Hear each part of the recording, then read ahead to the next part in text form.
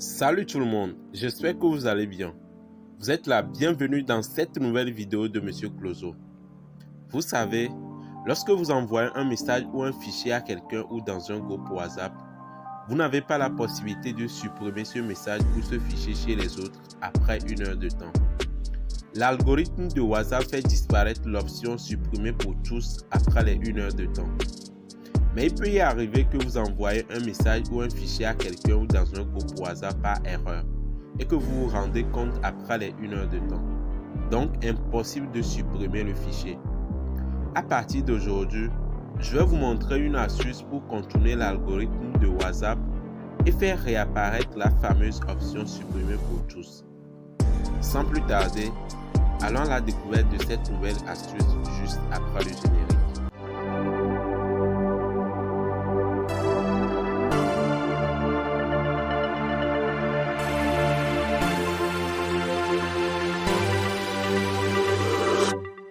Je viens de me rendre compte que j'ai envoyé un rapport à un ami par erreur. Ce rapport-là ne lui est pas destiné, mais je ne savais pas que je lui ai envoyé sans le savoir. C'est maintenant que je viens de me rendre compte. Ce rapport contient des éléments confidentiels qu'il ne devait pas voir. Donc ce que je vais faire, vu qu'il ne l'a pas encore vu, je vais essayer de supprimer immédiatement ce rapport.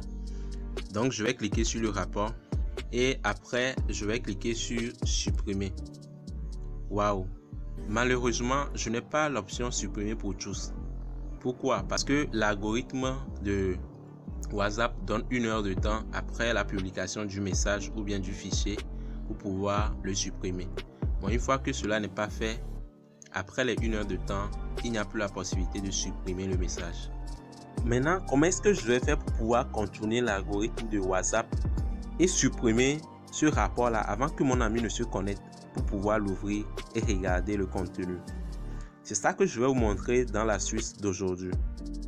Donc, pour pouvoir contourner l'algorithme de WhatsApp, je vais changer la date et l'heure système de mon appareil.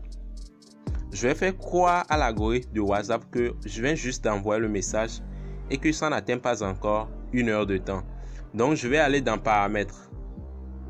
Une fois arrivé dans paramètres, je vais cliquer sur système. Après, je vais cliquer sur date et heure. Je tiens à rappeler que j'ai envoyé le rapport à mon ami hier, c'est-à-dire le 4 mars 2022. Donc, ce que je vais faire, je vais changer la date. Au lieu de 5 mars, je vais mettre la date système sur 4 mars. On est d'accord? Je vais cliquer sur OK. Maintenant, je vais changer l'heure système.